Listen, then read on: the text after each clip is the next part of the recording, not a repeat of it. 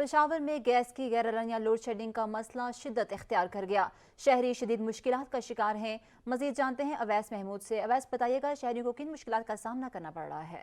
جی بالکل، دیکھیں اگر پشاور میں گیس کے حوالے سے بات کی جائے تو گیس کا نام و نشان نہیں ہے۔ اگر شہری علاقوں کے حوالے سے بات کی جائے تو شہری علاقوں میں گیس نہ ہونے کے برابر ہے، جبکہ حکومت کی جانب سے اوقات کار جو ہے وہ بتایا گیا ہے کہ اس دوران جو ہے وہ گیس مہیا ہوگی، لیکن گھریلو صارفین کو اس وقت جو ہے وہ گیس پریشر کم ہونے کی وجہ سے گھریلو صارفین کو کھانا پکانے میں کافی دشواریاں پیش ہو رہی ہیں۔ ہمارے ساتھ شہری موجود ہیں، ہم اس سے بات کرتے ہیں وہ کیا کہتے ہیں اس حوالے سے۔ کیا کہیں گے، جو گیس جب آتی ہے تو اس کا پریشر کم ہوتا ہے تو کیا مشکلات ہیں آپ کو؟ جی بالکل، گیس کا تو ایک بہت ہی بڑا ایشو ہے۔